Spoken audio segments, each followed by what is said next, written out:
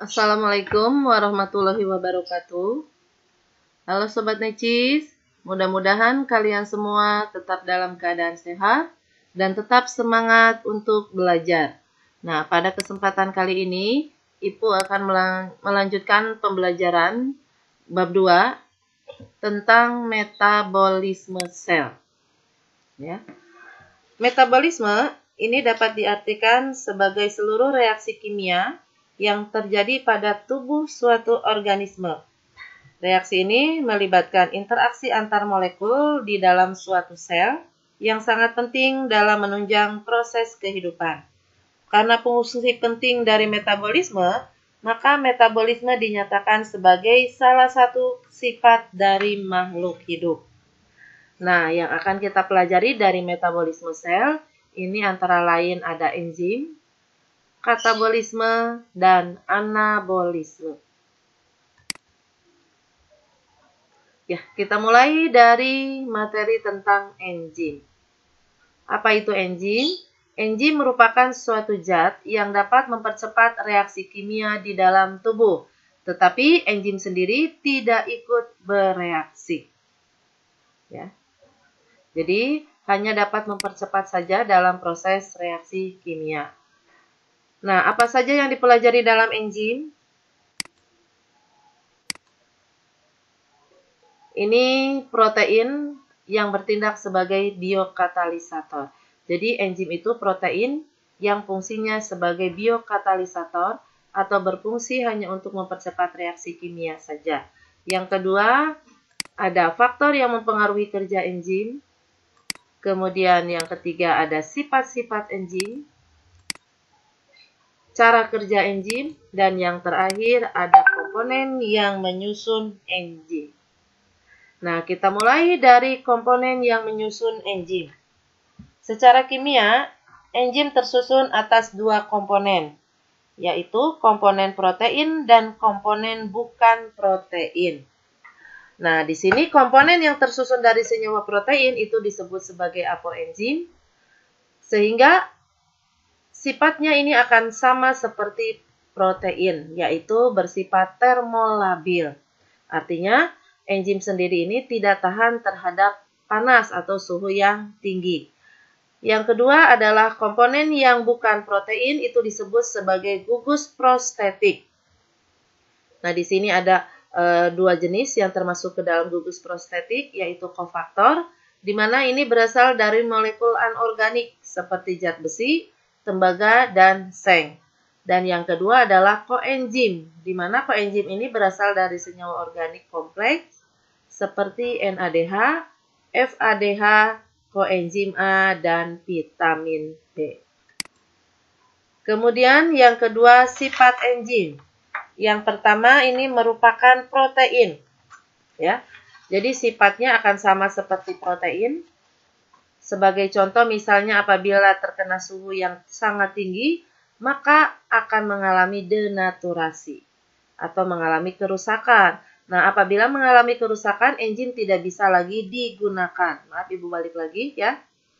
Yang kedua, berfungsi sebagai biokatalisator. Jadi hanya berfungsi sebagai atau untuk mempercepat proses reaksi saja, tapi enzim sendiri tidak ikut bereaksi. Bekerja secara spesifik.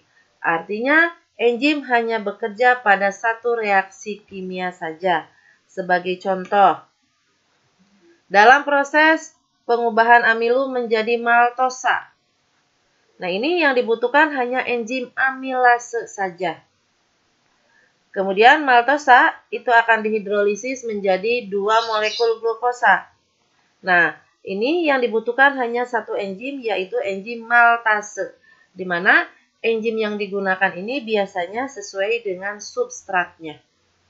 Seperti kalau substratnya amilum, maka enzimnya amilase. Seperti substratnya maltosa, maka enzimnya adalah maltase. Kemudian diperlukan dalam jumlah sedikit, bekerja secara bolak-balik atau reversible, dipengaruhi oleh suhu dan pH, dan dapat digunakan berulang kali. Kemudian kita lanjutkan ke cara kerja enzim. Nah, di sini fungsi utama atau cara kerja enzim yang utama adalah untuk menurunkan energi aktivasi atau energi yang diperlukan untuk proses reaksi. Nah, cara kerja enzim ini ada dua macam. Yang pertama yang dikenal dengan istilah Lock and Key atau teori kerja enzim ini seperti teori gembok dan kunci. Ya, atau teori Lock and Key. Coba kalian perhatikan ini gambar.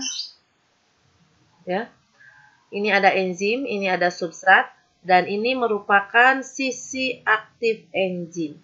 Di mana sisi aktif enzim ini akan sesuai dengan sisi substrat. Ya. Jadi apabila substrat bereaksi dengan enzim, maka terjadilah kompleks enzim substrat. Nah, ini yang dinamakan dengan kompleks enzim substrat, di mana sisi aktif enzim itu sama dengan sisi aktif substrat. Sehingga akan terjadi suatu reaksi yang disebut dengan kompleks enzim substrat. Nah, apa hasil dari reaksi?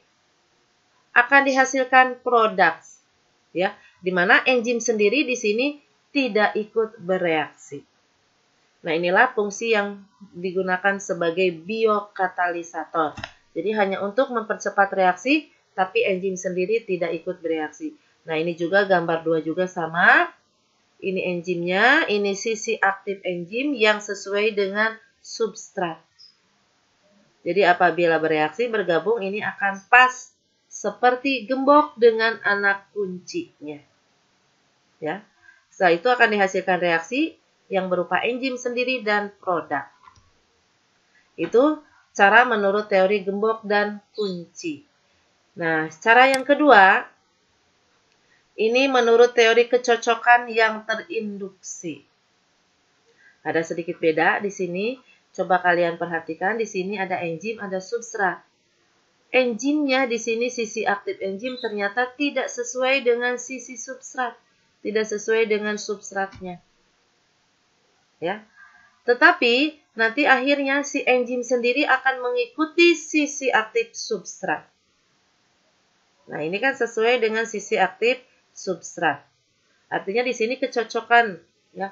Jadi sisi aktif enzim mencocokkan dengan substrat sehingga dihasilkanlah produk yang berupa enzim dan produk. Nah, ini juga lihat gambar yang di bawah. Ini sisi aktif enzimnya bergelombang sedangkan substratnya seperti ini. Tetapi akhirnya si enzim ini akan menyesuaikan dengan substrat atau biasa disebut dengan teori kesesuaian. Makanya di sini namanya kecocokan, ya. Nah, sehingga dihasilkanlah kompleks enzim substrat dan dihasilkan produk. Nah, itu bedanya antara teori gembok dan anak kunci dengan teori kecocokan. Ya, kita lanjutkan lagi. Faktor yang mempengaruhi kerja enzim. Apa saja yang mempengaruhi kerja enzim? Yang pertama adalah suhu. Kenapa suhu berpengaruh terhadap kerja enzim? Karena enzim ini ada yang merupakan protein. Artinya segala sifat enzim ini akan sama seperti protein. Atau tadi Ibu katakan termolabil, tidak tahan terhadap suhu yang tinggi. Jadi enzim itu bekerja optimumnya pada suhu 30 sampai 40 derajat Celcius. Apabila di bawah 30, maka enzim tidak aktif atau non-aktif. Tetapi apabila suhu naik, maka enzim bisa kembali lagi aktif. Sebaliknya, di atas 40 atau misalnya 50 derajat Celcius, maka enzim akan mengalami kerusakan.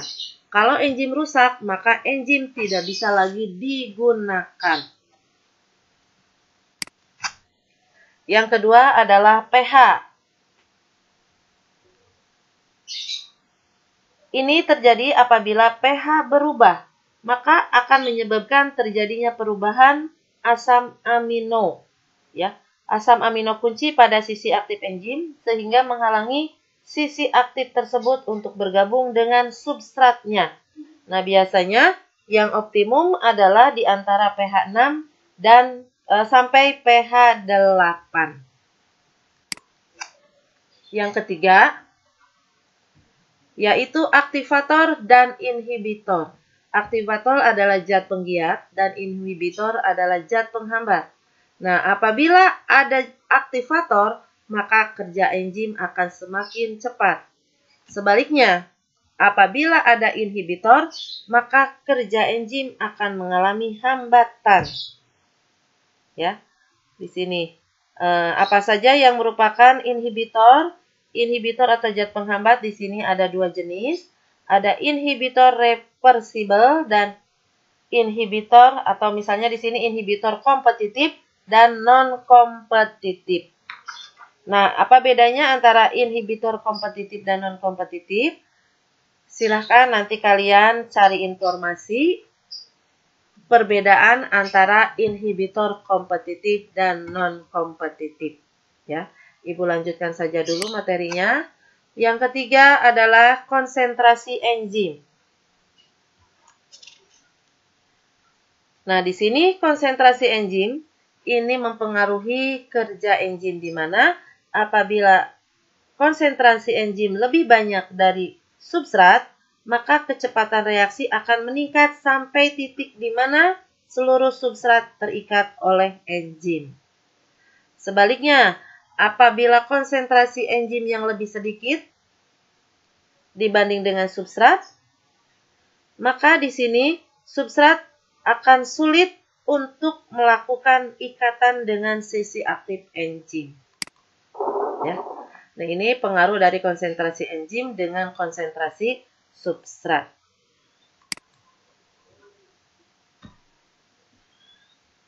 Ya, sebelum Ibu lanjutkan ke katabolisme, mudah-mudahan kalian sudah sedikit terbuka mengenai materi tentang enzim, ya. Karena dalam proses katabolisme ini akan selalu melibatkan adanya enzim.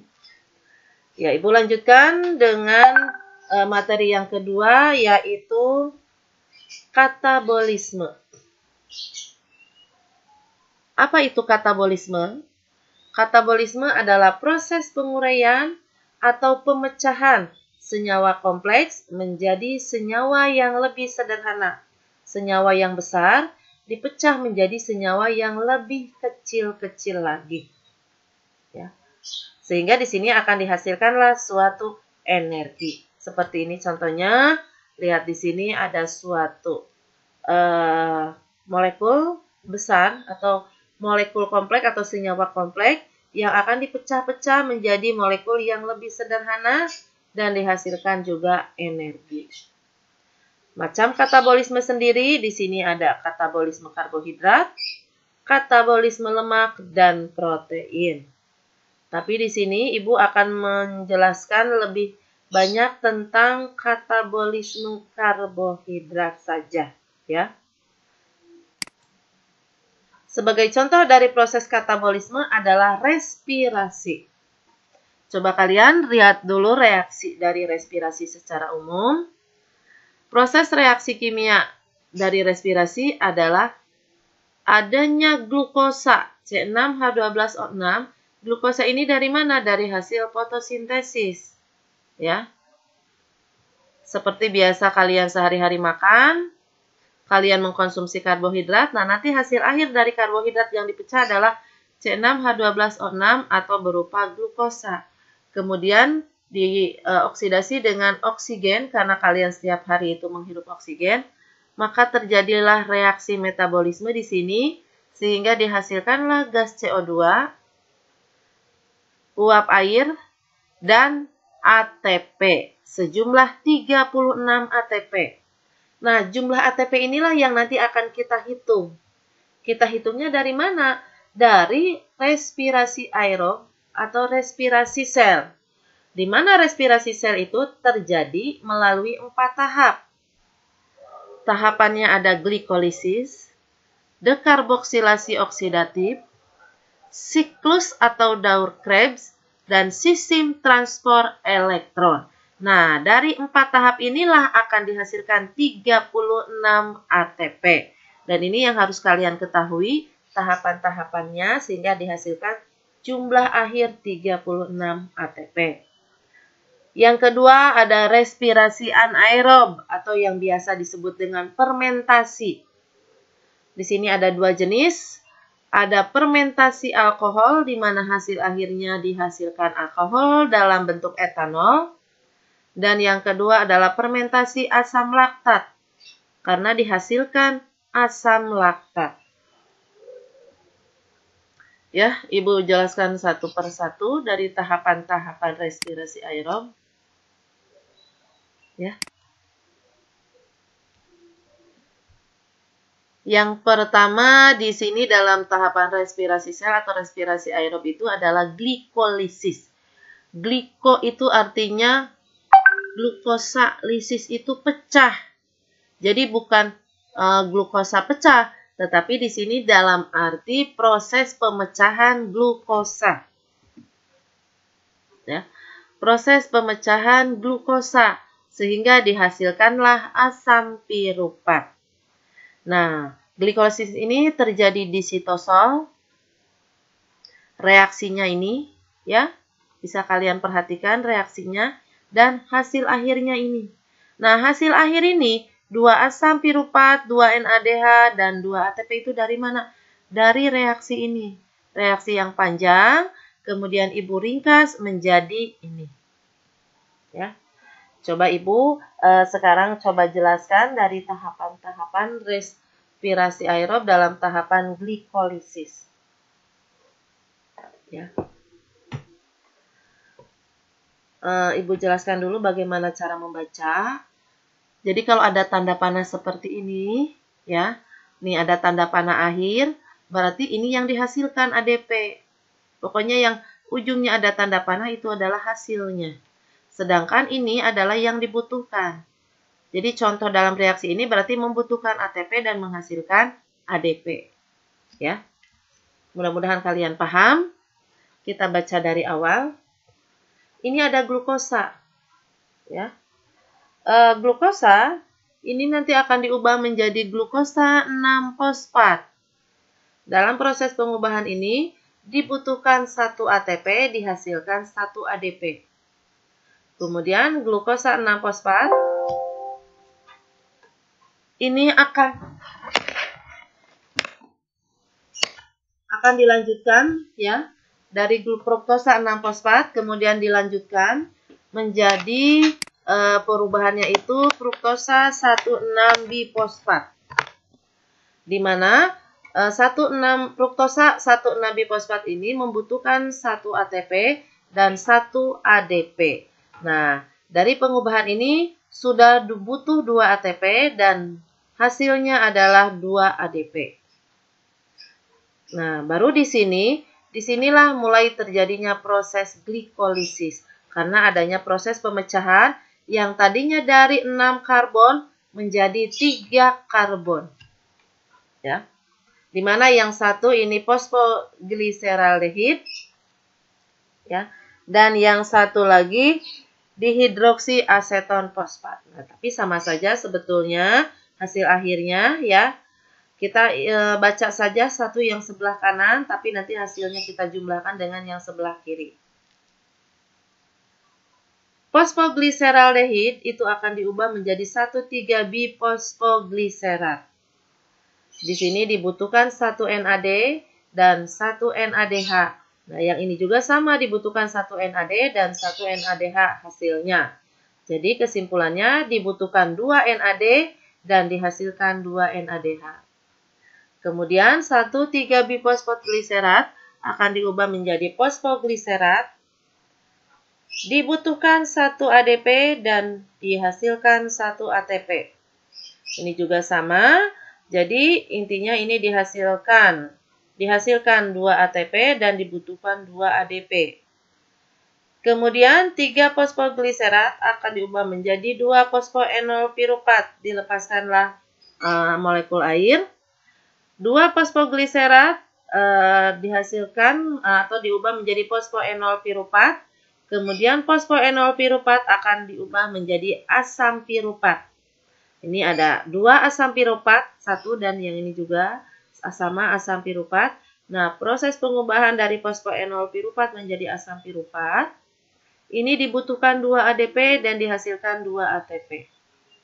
Nah, sekarang kita simpulkan dari atas ke bawah.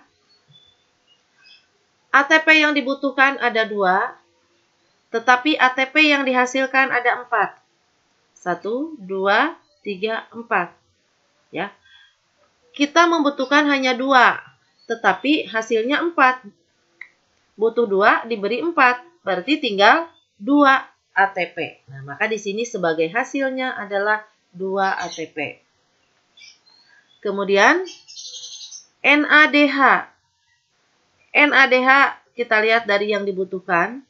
Yang dibutuhkannya adalah ada 1, 2, ya, ada 2 NAD. Sedangkan yang dihasilkannya 2 NADH. 1, 2. Maka ini adalah hasilnya 2 NADH. Dan yang terakhir ini ada 2 asam piruvat. Kanan dan kiri ini asam piruvat. Jadi hasil akhir dari respirasi sel adalah 2 asam piruvat, 2 NADH, dan 2 ATP. Ya, mudah-mudahan kalian bisa paham. Ibu lanjutkan. Yang kedua, tahapan dekarboksilasi oksidatif. Biasa ini disebut sebagai tahapan antara karena tahapan ini terjadi di antara tahapan glikolisis dengan dekarboksilasi bukan dengan dekarboksilasi tapi dengan siklus Krebs, ya. Jadi dari glikolisis tidak bisa langsung masuk ke siklus Krebs kalau tidak melalui tahapan dekarboksilasi oksidatif. Dekarboksilasi oksidatif ini pada sel eukariotik terjadi di mitokondria, tetapi pada sel prokariotik terjadi di sitosol. Ini reaksi kimianya. Ini adalah hasilnya. 2 asetil koenzim A, 2 CO2, dan 2 NADH. Nah, bagaimana hasilnya? Asam piruvatnya dari mana? Ini dari hasil glikolisis. Akan diubah menjadi asetil koenzim A. Dibutuhkan NAD dan dihasilkan NADH. Kemudian ini dibantu oleh koenzim A sehingga dihasilkanlah CO2 dan CO2 ini akan dilepaskan. Nah, kenapa di sini hasilnya 2 asetil sedangkan di sini hanya 1? Kemudian 2 CO2 padahal di sini hanya CO2 saja. 2 NADH padahal di sini hanya NADH saja. Nah, kalian ingat, hasil dari glikolisis adalah dihasilkan 2 asam piruvat. Ini 1 asam piruvat. Berarti tinggal dikali 2. Ya, maka hasil akhirnya adalah 2 asetil koenzim A, 2 CO2, dan 2 NADH. Ya, mudah-mudahan kalian paham. Ibu lanjut ke siklus Krebs. Siklus Krebs ini terjadi di mitokondria. Ini reaksi kimianya. Hasilnya dihasilkan 4 CO2, 6 NADH, 2 FADH, dan 2 ATP. Nah, ini dari mana? Asetil koenzim A-nya ini dari tahapan dekarboksilasi oksidatif. Ya. Dari tahapan dekarboksilasi oksidatif, nanti ini asetil koenzim A ini akan diikat oleh asam oksaloasetat sehingga dihasilkan asam sitrat. Asam sitrat akan diubah menjadi isositrat. Isositrat akan diubah menjadi alfa ketoglutarat. Ingat di sini dibutuhkan NAD dan NADH. Alfa ketoglutarat akan diubah menjadi suksinil koenzim A. Ini juga dibutuhkan NAD dan dihasilkan NADH. Suksinil koenzim A akan diubah menjadi asam suksinat, tetapi terlebih dahulu di sini akan dihasilkan GTP dan GDP. Di mana GTP itu setara dengan ATP dan GDP setara dengan ADP. Ya. Kemudian asam suksinat akan diubah menjadi apa? Asam fumarat.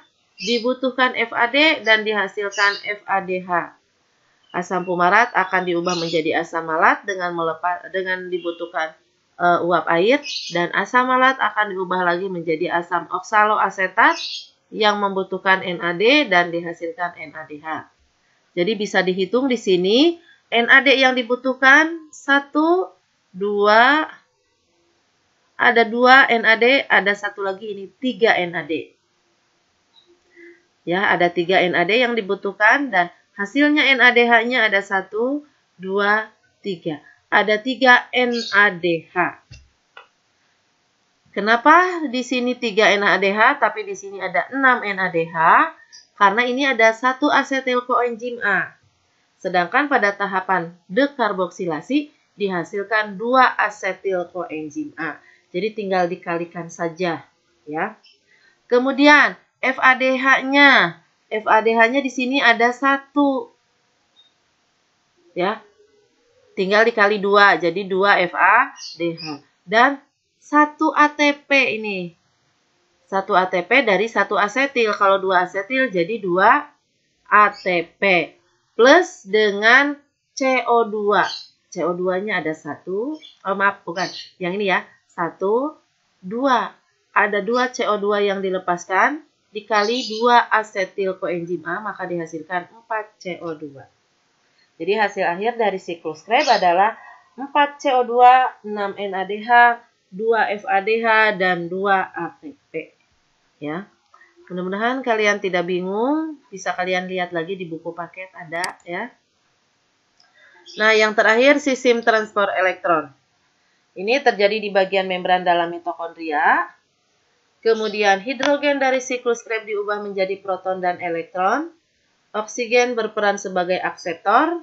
Setelah menerima elektron, oksigen akan menerima H+ menjadi H2O. Ya. Kemudian jumlah ATP yang dihasilkan 34 ATP. Tetapi 2 ATP dipakai pada saat memasuki mitokondria sehingga ATP yang terbentuk pada sistem transport elektron adalah 32 ATP. Ya, kita lihat kesimpulannya di sini. Jumlah energi yang dihasilkan pada masing-masing tahapan respirasi sel. Ya. Ini jumlah ATP yang dihasilkan secara langsung itu dari glikolisis tadi 2 ATP. Dari dekarboksilasi tidak ada. Dari siklus Krebs 2 ATP. Jadi hasil secara langsung ATP adalah 4 ATP. Secara tidak langsungnya ini melalui rantai transport elektron. Di mana energi yang digunakan itu diambil dari NADH dan FADH yang mengandung akseptor hidrogen. Nah, di sini dari glikolisis ada 2 NADH. Dari dekarboksilasi 2 NADH. Dari siklus Krebs 6 NADH. Dan satu lagi ada energi berupa FADH dari siklus Krebs ada 2. Nah, di sini ada ketentuannya.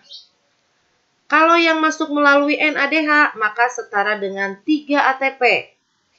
Tetapi kalau masuk melalui FADH, setaranya dengan 2 ATP. Nah, ini tinggal dikali saja. Dari glikolisis ada 2 NADH, berarti 2 dikali 3, berarti 6 ATP. Kemudian dari dekarboksilasi ada 2 NADH. Tinggal dikali 3 ATP, jadi 6 ATP.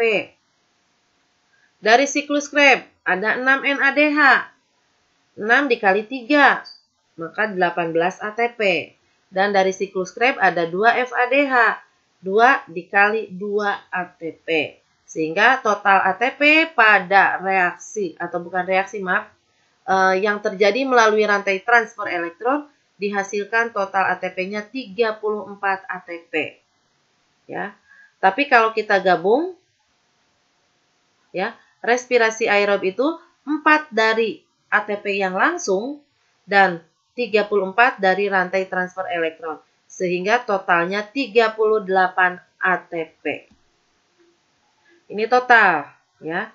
Tetapi di sini kita ingat tadi ya sudah Ibu jelaskan. 2 ATP ini dipakai pada saat memasuki mitokondria.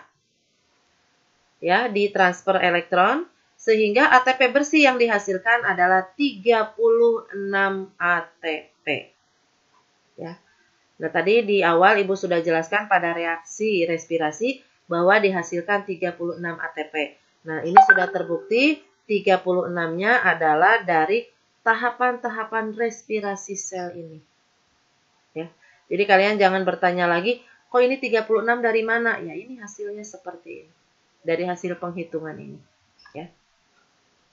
Ibu lanjutkan. Ini ringkasan proses respirasi seluler mulai dari glikolisis, sehingga dihasilkan 2 ATP, juga ada 2 NADH, masuk ke reaksi atau siklus Krebs, di mana di sini nanti ada tahapan antara atau yang disebut dengan dekarboksilasi oksidatif, tapi tidak menghasilkan ATP, ya. Nah, kalau siklus Krebs ini menghasilkan ATP, menghasilkan NADH dan FADH, yang kemudian masuk melalui siklus Krebs. Nah, NADH dan FADH-nya ini ditransfer elektronnya, sehingga dihasilkanlah ATP. Nah, ini yang bulat ini adalah mitokondria. Jadi siklus Krebs, rantai transfer elektron terjadinya di mitokondria, sedangkan glikolisis terjadinya di sitoplasma. Ya. Ibu lanjutkan. Nah, sekarang respirasi anaerob. Apa sih bedanya respirasi aerob dengan anaerob? Respirasi aerob itu bisa menggunakan langsung atau membutuhkan oksigen langsung, ya, atau oksigen bebas. Tetapi kalau respirasi anaerob itu adalah respirasi yang tidak memerlukan tidak menggunakan oksigen bebas, tetapi oksigennya diambil dari cara yang lain. Oleh karena itu biasanya respirasi anaerob dikenal dengan istilah fermentasi. Ada 2 jenis fermentasi. Ada fermentasi alkohol dan fermentasi asam laktat. Nah, Ibu jelaskan dulu fermentasi alkohol. Kenapa sih dikatakan fermentasi alkohol? Dikatakan fermentasi alkohol karena hasil akhirnya berupa senyawa alkohol yang disebut dengan etanol. Ini reaksi kimianya secara sederhana. C6H12O6 itu akan dihasilkan CO2 dan C2H5OH. Nah, inilah yang dikenal dengan alkohol dan ATP. Walaupun ATP yang dihasilkan adalah sedikit. Ini awalnya tetap dari proses glikolisis yang diubah menjadi asam pirupat. Dari glikolisis ini, ya. Maaf, ini ada salah penulisan. Ini harusnya di sini adalah ADP. Sehingga dihasilkan ATP nanti, kemudian dibutuhkan juga NAD dan dihasilkan NADH. Nah, kemudian asam pirupat yang terbentuk ini akan diubah dulu menjadi asetaldehid. Ya. Baru nanti asetaldehid akan diubah menjadi etanol atau alkohol. Nah, ini dihasilkan NADH. NADH-nya dari mana? Lihat di sini. Dari tahapan glikolisis itu dihasilkan NADH. NADH-nya langsung dibutuhkan dalam proses pembentukan etanol, sehingga nanti akan dihasilkan NAD. Ya, ini akan dihasilkan NAD lagi. Dan NAD dari hasil pembentukan etanol ini akan dibutuhkan dalam tahapan glikolisis nantinya. Jadi terus berulang. Jadi hasil akhir dari fermentasi alkohol ini adalah dihasilkannya etanol, kemudian NAD dan CO2. Ya, itu reaksi singkatnya. Kemudian yang kedua adalah fermentasi asam laktat. Kenapa dikatakan fermentasi asam laktat? Karena hasil akhirnya berupa asam laktat. Nih sama ya. C6H12O6 dihasilkan CO2, asam laktat, dan ATP. Prosesnya hampir sama. Dari glukosa diubah menjadi asam pirupat. Ini prosesnya sama ya. Kemudian dari hasil asam pirupat ini akan diubah langsung menjadi asam laktat. Nah, bedanya kalau yang fermentasi alkohol tadi, asam pirupat ini diubah dulu menjadi asetaldehid, baru diubah menjadi etanol. Tapi kalau asam laktat dari asam pirupat langsung diubah menjadi asam laktat. Hasilnya sama, dihasilkan NAD, ya, NAD yang nanti NAD ini dibutuhkan lagi untuk tahapan glikolisis dan dibutuhkan NADH. Ini tahapan fermentasi asam laktat. Sebagai contoh, manusia melakukan respirasi anaerob tidak melakukan. Contohnya ini, fermentasi asam laktat. Kapan itu terjadi? Kalau misalnya kalian olahraga, misalnya olahraga lari, Setelah lari, kalian akan merasakan pegal di bagian betis. Nah, pegal-pegal di betis itu tandanya berarti sudah terkumpul asam laktat, sehingga menyebabkan kaki kalian menjadi pegal-pegal. Nah, kalau sudah merasa pegal-pegal, berarti kalian sudah melakukan respirasi anaerob. Ya. Nah, bagaimana cara menghilangkan rasa pegal? Nah, itu nanti rasa pegal itu akibat asam laktat yang menumpuk, lama-lama akan kembali lagi seperti semula atau normal kembali. Ya. Jadi, kaki tinggal diluruskan aja, kemudian sambil beristirahat. Nah, itu nanti asam laktat itu akan terurai kembali dan nanti akan kembali seperti semula. Ya. Nah, itu perbedaan fermentasi alkohol dengan fermentasi asam laktat. Ya, akhirnya penjelasan pembelajaran materi tentang metabolisme sampai di sini dulu. Untuk satu materi lagi tentang anabolisme, itu Ibu akan lanjutkan nanti di minggu depan. Ya, silakan nanti kalian pelajari kembali PowerPoint atau media pembelajaran dari Ibu ini supaya kalian akan lebih mengerti dan lebih ingat lagi. Tetap kalian harus jaga kesehatan, ya. Selalu rajin cuci tangan dan tetap semangat untuk belajar. Assalamualaikum warahmatullahi wabarakatuh.